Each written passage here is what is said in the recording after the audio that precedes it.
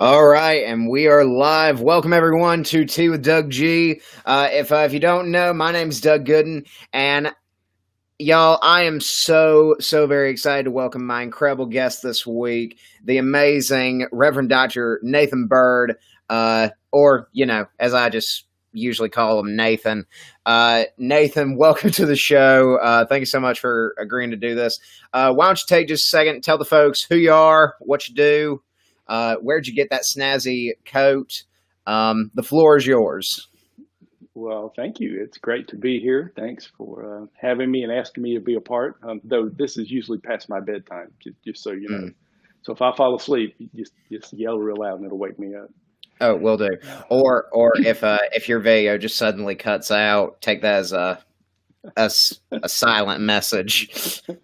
I will do it. I will do it. Oh, Lord, introduce myself. I have no idea who I am these days. I am husband to Karen, the amazing Karen Byrd, who is a school teacher, dad to three amazing kids, and I work a variety of jobs, and I think, as you said, we'll get to some of that in a few minutes. But I'm just living life and having a blast, and having tea with Doug G. So. Oh yes.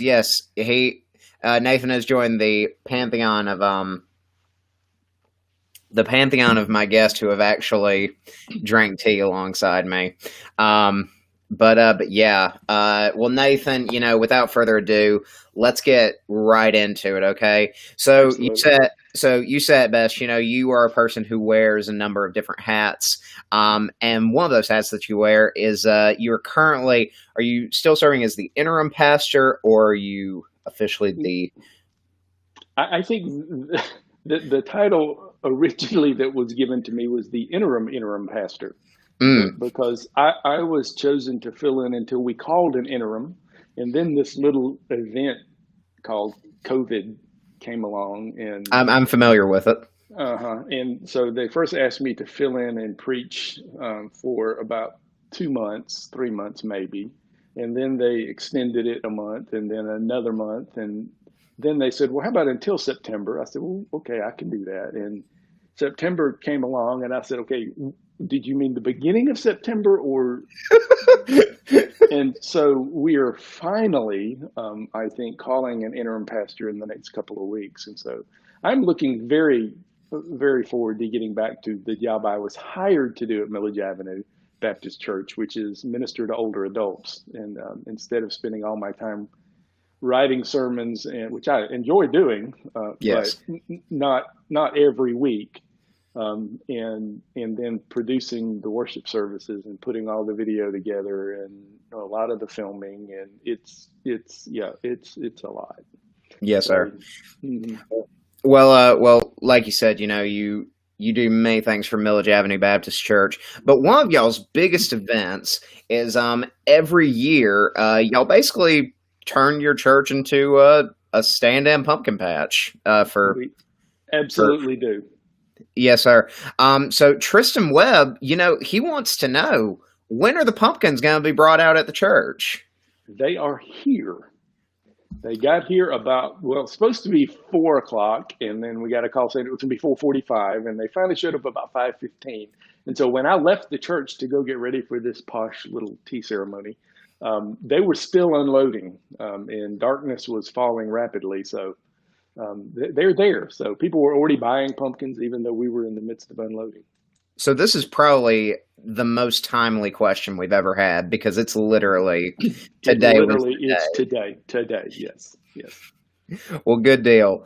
Okay, well, bouncing off of that, kind of sticking in these sort of light questions. One of your former students from BCM, because that I feel I should mention. That's where That's right. Nathan and I. That's where Nathan and I met. My freshman year, Nathan was one of our campus ministers for the Baptist Collegiate Ministries at UGA.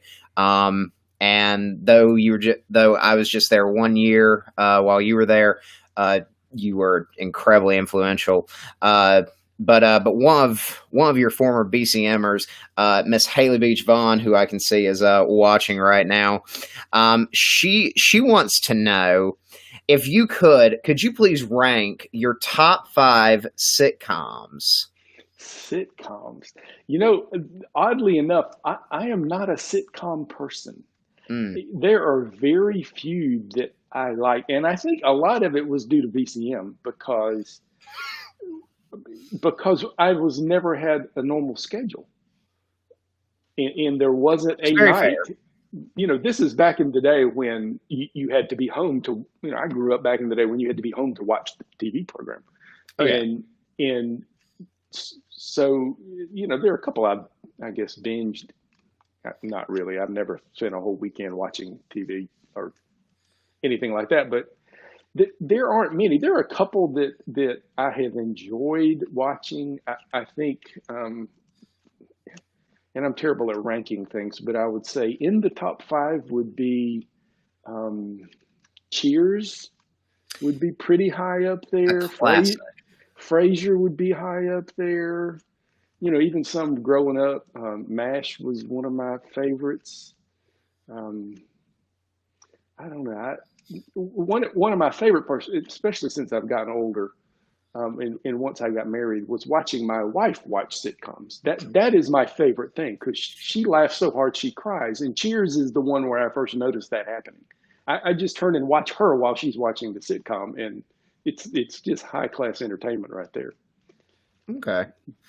Okay. So note to self, when whenever I get married, that might very well become my favorite show. Good. Watching my wife watching a television show. I'll keep that one in mind. But yeah, thank you for that, Haley. Great question. Well, Nathan. Our listeners are not the only ones who sent in questions this week. I know that you had some questions for me as well, so I'll throw it over to you. Why don't you pose a question?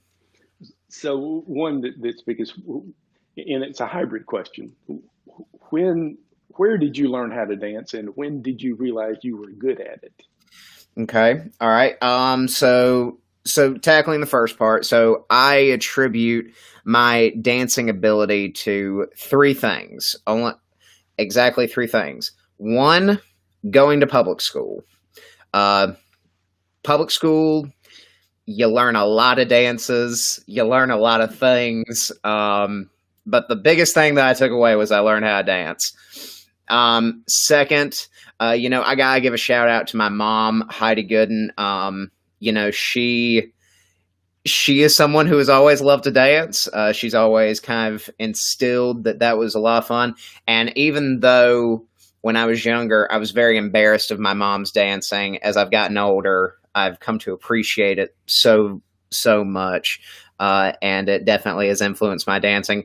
And then three, probably the pinnacle of my dance career is, I don't know if you remember, but a few years back, uh, a young lady by the name of Miley Cyrus came out with a song, "Party in the USA," Mhm. and and along with that song came a music video, and in the music video, in the song, there's a lyric that says, "Nodding my head like yeah, moving my hips like yeah." Um, and in the music video, Miss Cyrus was moving her hips like yeah. And then I saw that and I was like, hey, I can do that. I can kind of move my hips like yeah. And then it was kind of a snowball effect Mhm. from there. If I can move my hips, I can drop it like it's hot. If I can drop it like it's hot, then one day I can do a split. Uh, and then one day I'll do too many splits and not be able to do splits anymore. um, so those are the three things that taught me the most about dancing. Um, as far as when I knew that I was good at dancing, I don't know. I don't know that I ever knew that I was like good at dancing. I knew that people liked to watch me Ah, dancing. mm, I knew that that was something that made people smile slash laugh. So so my thought process was, well, if they like this, I guess I'll just keep doing it. Um, and haven't really stopped since. But But yeah, I know that when you asked me this question, you brought up that you took that one of your experiences with dancing was when you took your children to ballroom lessons. And Nathan, I'm not gonna lie, I never knew that you knew any ballroom dancing. I So don't. That's, no, I was in a fraternity, and we did the Carolina Shag was mm, kind of our thing. We did normal dances, but late into the evening when it was just us and our dates, we but would turn off. you knew the party was gonna start when the That's right. Carolina Shag We came on. would we would turn on East Coast beach music, not the Beach Boys. This is the Platters, the Tams, the Embers, most of it out of North Carolina, South Carolina, and we would do the Carolina Shag, and I thought I was pretty doggone good at it. And then my kids got in perfectly polished here in Athens, and both ended up being on staff and teaching ballroom.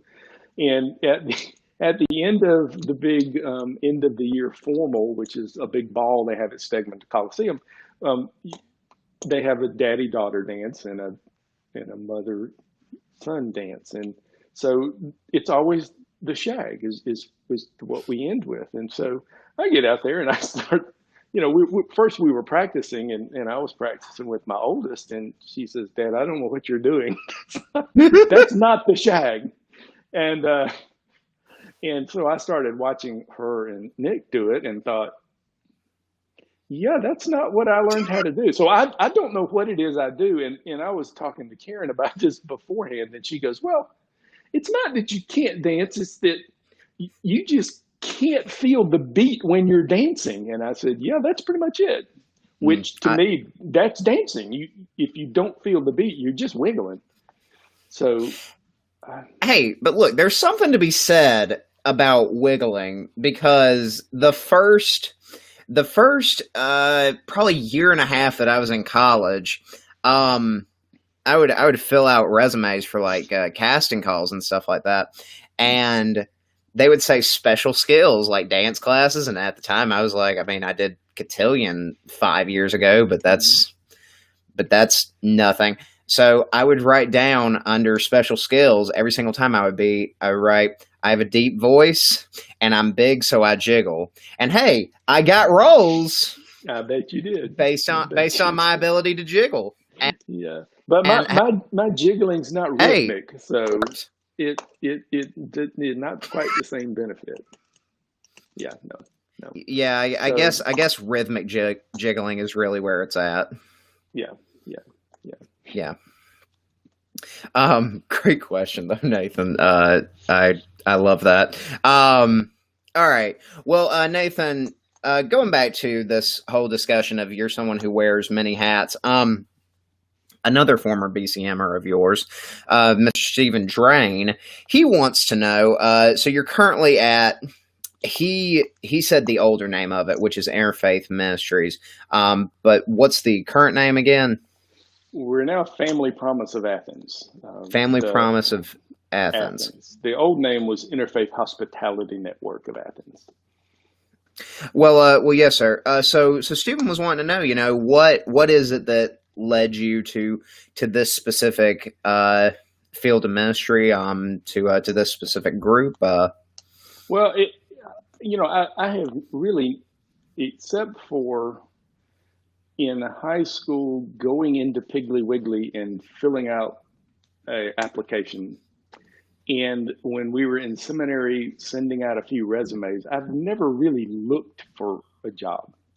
They've just kind of been there, at least jobs that I ended up getting, or they just popped up out of the blue. And when I quit BCM in 2018, the end of June, had a couple of months that I thought, I'm just not going to do anything. I'm going to try to figure out what I want to do. I may have some interviews or talk to a few people just to figure out what's out there, because I really don't know what I want to do next. I have no idea.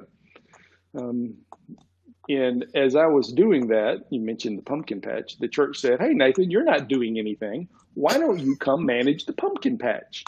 We need somebody to do that this year. I said, okay, whatever. I'm not doing anything. That'll be fun. So I did. Well, in the middle of that, our pastor at the time decided that, well, he was having some mental health issues and decided he wanted to take some time to figure that out with his team of doctors. And they came and asked me to step in and to fill in the pulpit for a couple of months while he was out. And so I did that. I never, ever, ever, ever, ever wanted to be a pastor. In Hmm. fact, I almost saw that as a cuss word if somebody called me a pastor. I almost got mad. Seriously. And so I just was like, well, whatever, I'm here. Okay, I'm not doing anything else. And it was a week later that my pastor at the time, who had just taken time off, um, called and said, by the way, I put your name in with Davin, who's the executive director of Family Promise Interfaith at the time. And they really are desperate for some help. And I told him, you probably had time now. And I'm like, oh my gosh, I'm managing the pumpkin patch. Um, I'm now preaching every week and I have more time, really. But I went and talked to him, and he said, we're dying over here. He said, we've lost a staff member about 4 months ago, and um, we can't, we're not even keeping our heads above water. And now we found out we have to move to a new facility, and we just can't do it. Can you come at least get us through the end of the year? He said, I want to hire you right now, but at least get us through the end of the year. And I said, yeah, I can do that. That'll work. And so I did that through the end of the year, just part-time gig, 20 hours a week, 15, 20 hours a week, and kept going. And about middle of February, I thought, I really like this, and I think I have something to offer. This is really hitting a sweet spot for me, because if you don't know what Family Promise is, um, we we work. It is the old name Interfaith is appropriate because we are a consortium of different faith groups and other volunteers in the community that come together to care for homeless families. And we work with three at a time, three families at a time, and we house them for a week at a time in one of our host congregational facilities. And so we go in and transform a church into a shelter. And usually the church has a dedicated wing of educational space, and we turn Sunday school rooms or classrooms, educational classrooms, into apartments. And I say we, the church actually does. We kind of have a template that we do and show them how to do. We have beds that we roll in. That our guests have their belongings. We roll in to make the room their own, their clothes and all that kind of stuff. And the congregation supplies volunteers to feed them, to transport them, to host them in those facilities for that week. And then we'll move to another facility. And I was hired to come in and manage volunteers and to help train volunteers and to help recruit volunteers and to do some of the PR and promotional materials. And so I just love it. It's allowing me to stretch some wings in areas I haven't done in a long, long time.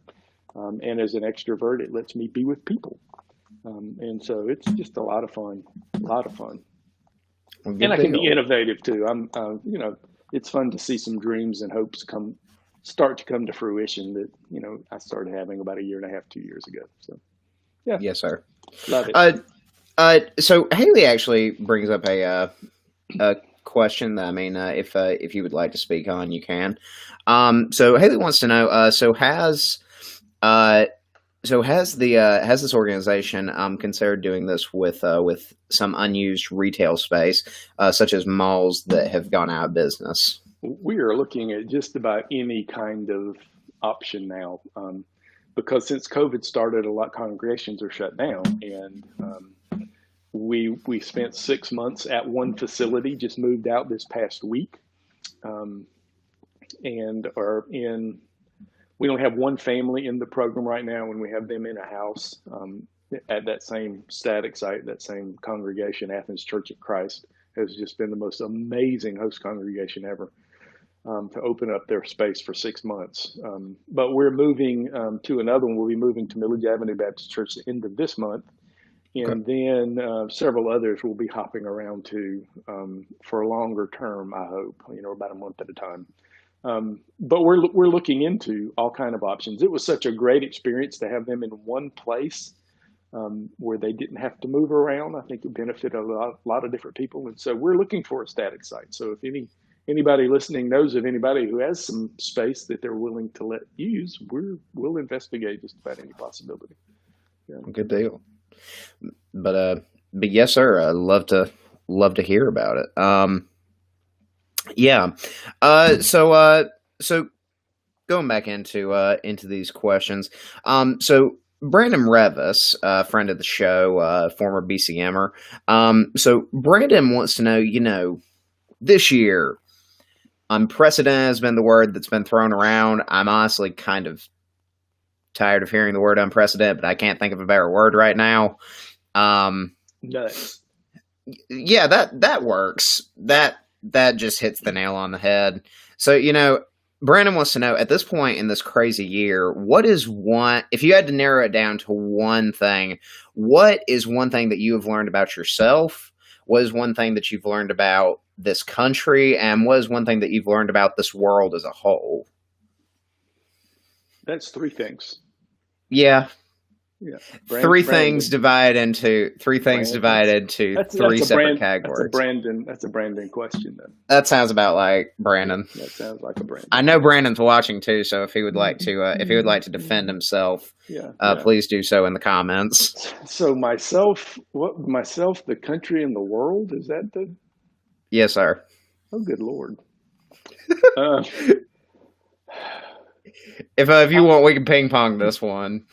Let's do ping pong. I don't know if I've learned it. This is random. It'll buy me some time. I'm an Enneagram 7. Okay. Some people may understand what that means. I'm just learning. That was something new that I've learned about myself. So now I'm going to send people to start looking up the Enneagram.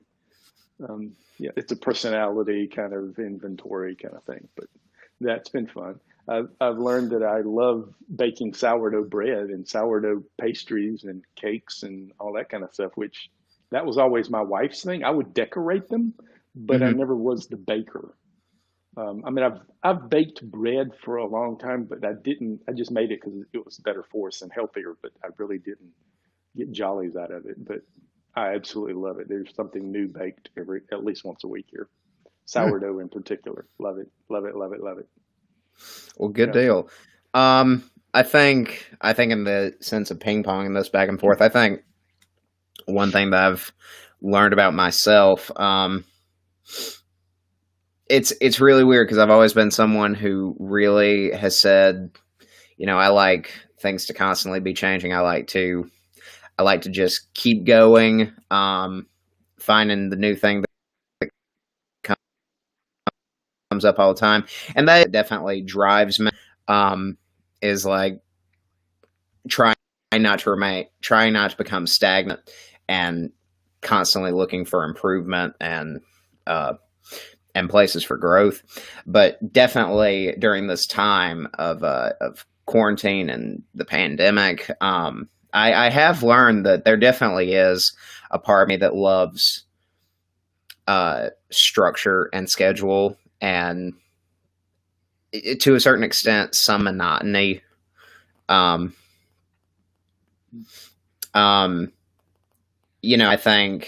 think that it's not a place that I would love to stay in all the time, but I've learned that there is room for me to grow and still thrive in something that seems mundane or monotonous. Yeah. I like to have a plan so I can change it. But having no plan is panic inducing.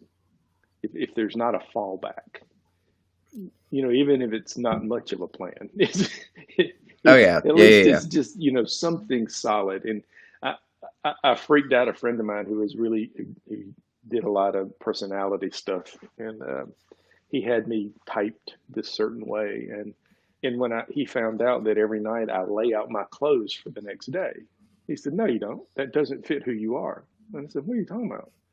He said, you just get up and throw on the first thing that strikes you is that fits your personality. I said, no. I said, I have to have at least one thing in my life that I know is true and sure and that I don't have to think about. And that's my clothes. I lay them out the night before. I mean, there may be a morning I get up and go, yeah, I'm not wearing this today. But at least I have that decision made. You know, I have this fallback. This is something constant. But the rest of the day, Yeah. it's like a flood when I open the door, but that's normal. Yeah. Yeah. So something I've learned about the United States, people are crazy. Yeah. And I think that, but to be serious about it, but I do think people are crazy. But I think what I have learned is that we as a people are way more afraid than I ever thought. That people are so afraid, they are panicky afraid. If the slightest little thing shakes their worldview or threatens to shake their worldview. And Yeah. and in that same vein, they're easily manipulated around that fear. Yeah. I think you're absolutely right. I think people are going into what you were saying they're afraid of like the slightest change and how that can affect their entire worldview. I think you've seen a lot of people who are afraid to admit that they may not agree with, like, I think one thing that's become apparent about a certain population of the US is that there are people in this country who have been brought up in a certain way with a certain thought process, certain belief system, and now they are faced with a moral dilemma of, I think that might be wrong, and they're terrified of that fact. They're terrified of the fact that you might have spent a large portion of your life believing and acting. Well, and I that also, I mean, I assume you're talking politically, but that's broader than that too. In the faith world, that's an issue as well. Yeah. Um, the term that's bandied about, it's a postmodern term, is deconstructing. People are deconstructing, and some in the faith world are talking about that and using that postmodern verbiage to talk about the process that they're going through. And it's terrifying politically, but I think it's even more terrifying faith wise. Yes. If people feel that those foundational fundamental truths aren't, or one isn't, the whole thing collapses. And I think part of the reason folks are leaving churches in droves, and religious groups in general in droves, is because they have a question that they were told they could never ask. But they're realizing it's there, whether you ask it or not, it's there, it's nagging in the back of my head, and it is asking itself. And instead of answering that question, they walk away, because it's a whole lot easier just to walk away than to deal with the answer that they don't want to think about. And I think it's the same thing politically. I think I read a couple of papers, and you've probably seen a lot of these too, that if my fundamental truths are challenged, instead of beginning to think about that and to consider that possibility that the foundation of what I believe and I base my life on is wrong, I'm just going to double down. Even if I see all this evidence to say it's wrong, I'm just going to double down, because that's easier and safer for me. Yeah. And I mean, like you were saying, from the faith side of things, just trying to work past it or trying to double down on it, it doesn't get rid of it. It just ignores it for the time being. So, I mean, and eventually it's going to explode. Exactly. I mean, going back to the political side, I mean, eventually you have to address it. Mm-hmm. Mm-hmm. You have to address the issue. Mhm. Um, but yeah. Uh, and then one thing that you've learned about the world. I, I don't know if this is about the world, but I think it's more of an overarching thing. I think, I really think people are trying to do their best with the information that they have or the ability they have. And I know that may not go with the very previous conversation, but I really do think people are trying. And I don't think there are people who want ill in the world. I think people are doing the best that they can with what they have in front of them and with what they grasp. Yeah, and then uh, kind of playing off of that. I think I think uh, kind of growing up, I sort of like adopted the belief, or like a lot of people are raised with the belief that the majority of people don't care what's happening in the world, Mhm. and I think this time of crisis and change that we've seen globally has made people say, no, people are actually paying attention to what's happening. Um, Now, whether or not they whether or not that continues, I think right now I think we're at a place where globally everyone, or the vast majority of people, are trying to understand, or trying to understand how to work with, how to cope with everything that's happening, as Mhm. opposed to just saying, I'm just going to get up and go about my life. Mhm. Because we've wound up in a time and place where that's not an Mhm. option anymore. I think people want to. I Yeah. mean, heck, I want to. I would love to be I, myopic. yeah.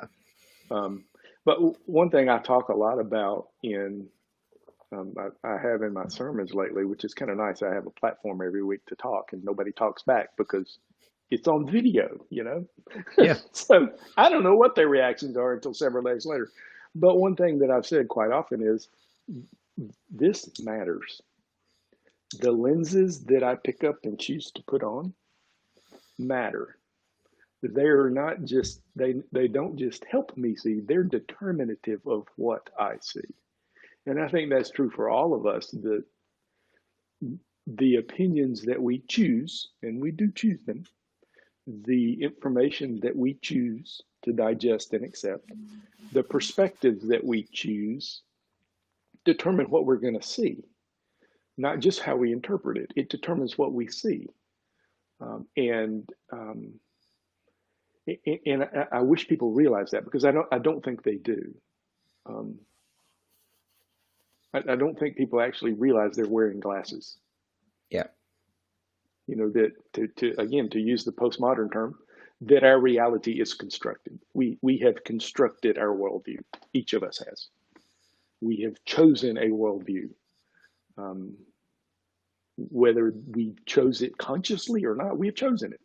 And it's determinative of what we see and how we interpret the world around us and other people's intentions and actions and everything else.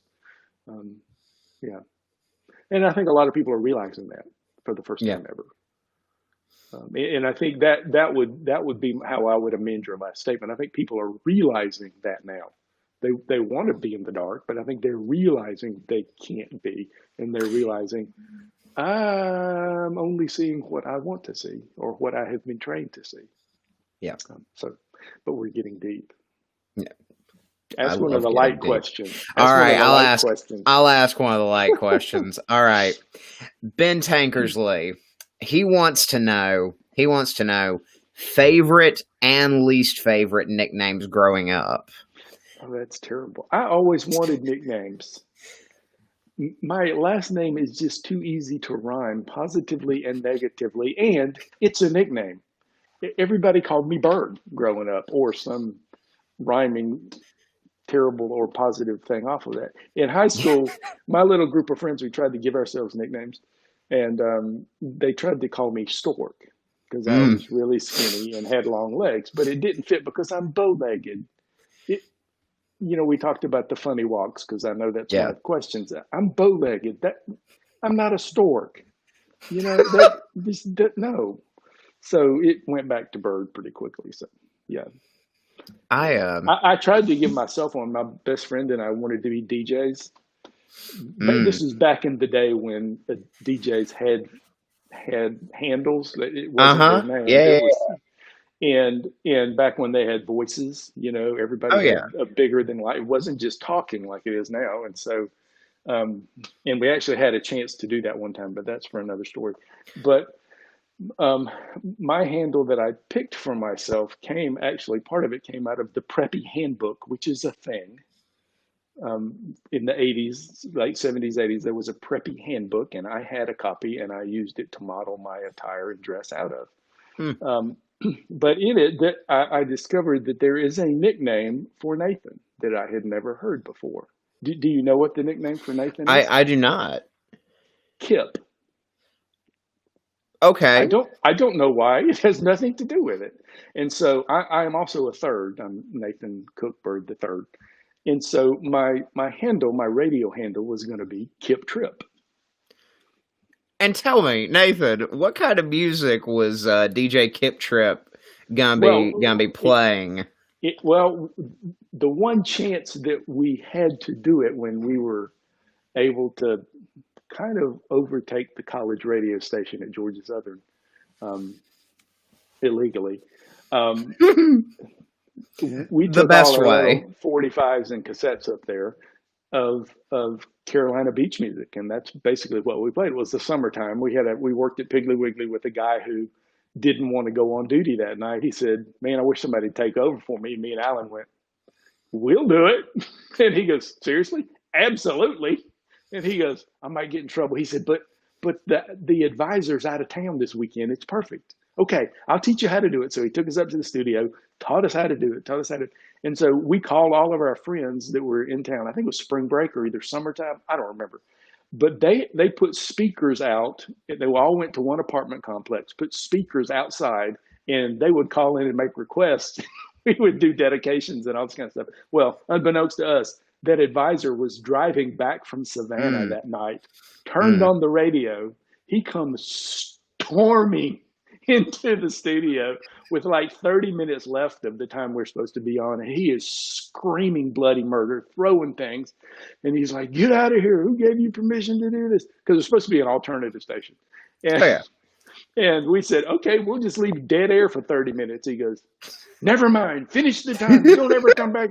So it was one of the times of my life, actually. That's just one of the most favorite evenings of my life. I would imagine so. I would Yeah. imagine so. I would pay to see that It was happen again. so much fun, so much fun. Oh man. I I'm just gonna touch on this for a second. I had a bunch of nicknames, some of which I tried to give myself.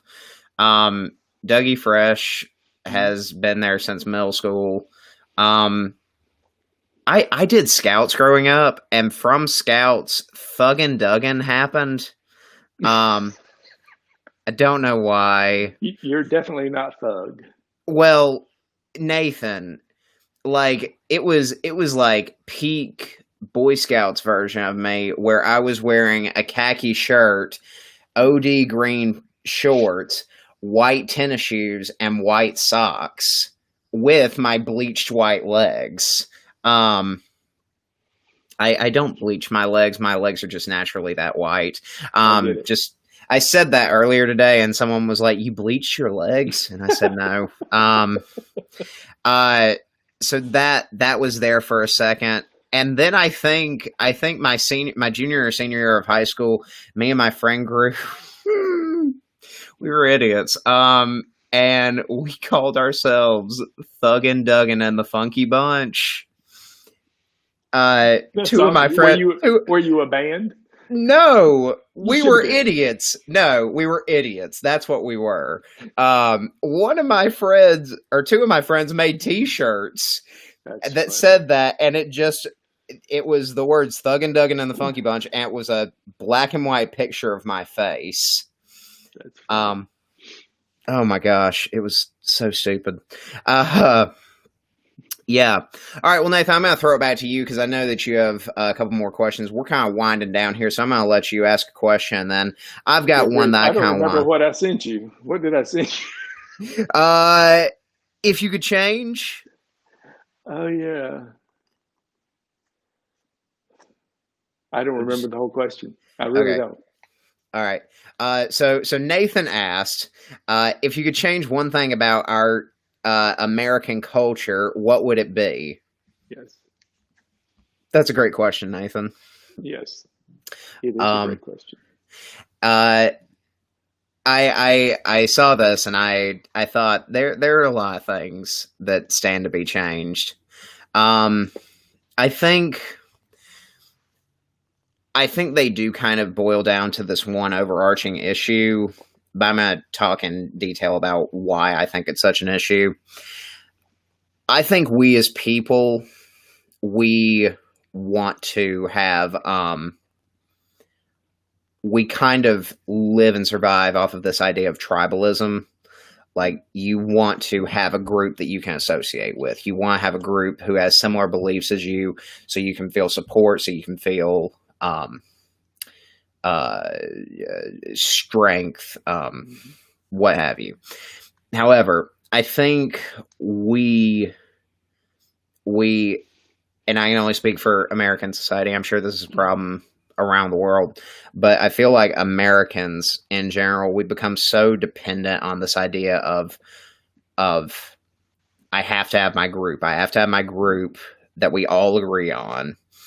And one of the problems that you get from that is what we were talking about earlier, is where people start living their lives with blinders on, where you start living in an echo chamber where you can't hear differing sides and you can't be allowed to change. But I think the biggest issue that this tribalist centered life that we live, I think the biggest problem that we've had is that we've gotten to a point where it's no longer, let's see what works best for the country as a whole. It's what works best for my side. And if you don't agree with my side, you are the enemy. Yep. Because it's Well, no longer a, yeah, I was going to say basically the same thing. Yeah. yeah. But I like you calling it tribalism. I was going to say we're too individualistic, but it's not really individualistic. It's more us or my side, not me. Um, but I think we are also too individualistic. We're more concerned about what I want instead of what we need. Um, I mean, I'm not saying we should necessarily be socialist, but I think we should be more social minded, and there's a difference there. Hmm. The world I work in Family Promise, I see the effects of that in poverty that I deal with every day. We get calls every day from families and individuals that we just can't help.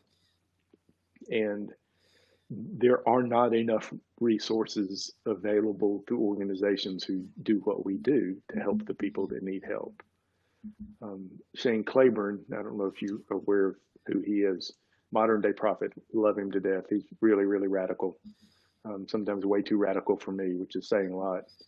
Um, but he says that there is plenty of money to take care of poverty and to rid poverty and to rid hunger in the world. It's easy. He said, I can give you 20 ways we can do it today without raising taxes.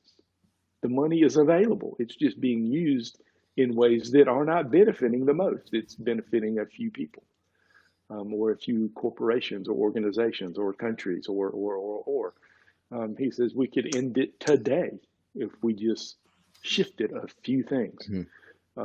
and weren't so focused on me, but on us. So yeah, I completely agree with you. Yeah.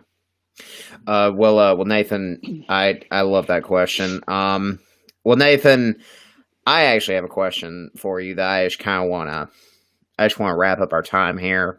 Okay. Nathan, I only got to spend a year with you as campus minister at BCM, and like I said, still very influential. And one of the biggest things that I think you helped me with is coming into college. I had a lot of anger, a lot of misguided anger, just a lot of various things.